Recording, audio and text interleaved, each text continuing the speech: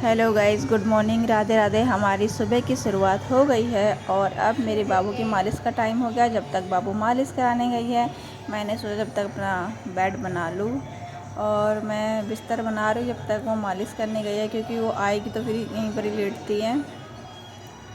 और यहाँ पर श्रेयांश यहाँ वहाँ खेल रहे हैं।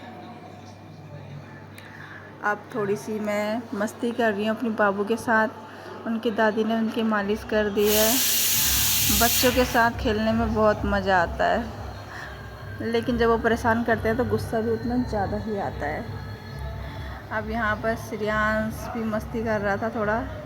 श्रेयांश बहुत कम खेलता है मेरे साथ जब से बाबू आई है।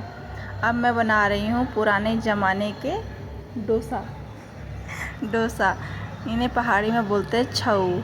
मैं आज छऊ बना रही हूँ, जो दिखने में डोसे जैसे होते हैं, और ये आटा और गुड़ या चीनी से बनाए जाते हैं।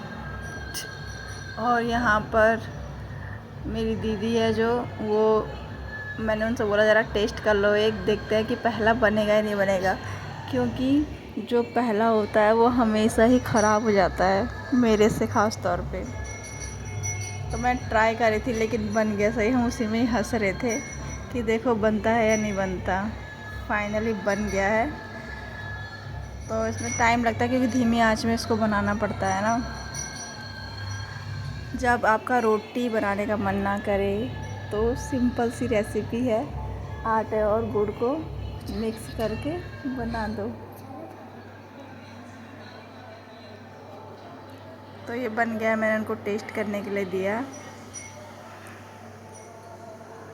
और इसी तरह से बाकी के सारे बनाऊंगी मैं।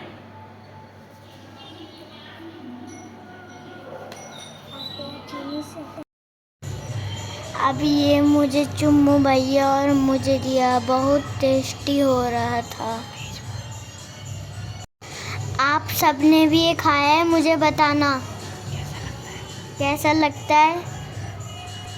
आपके गांव में इसे क्या कहते हैं, मुझे बताना। Okay, bye bye.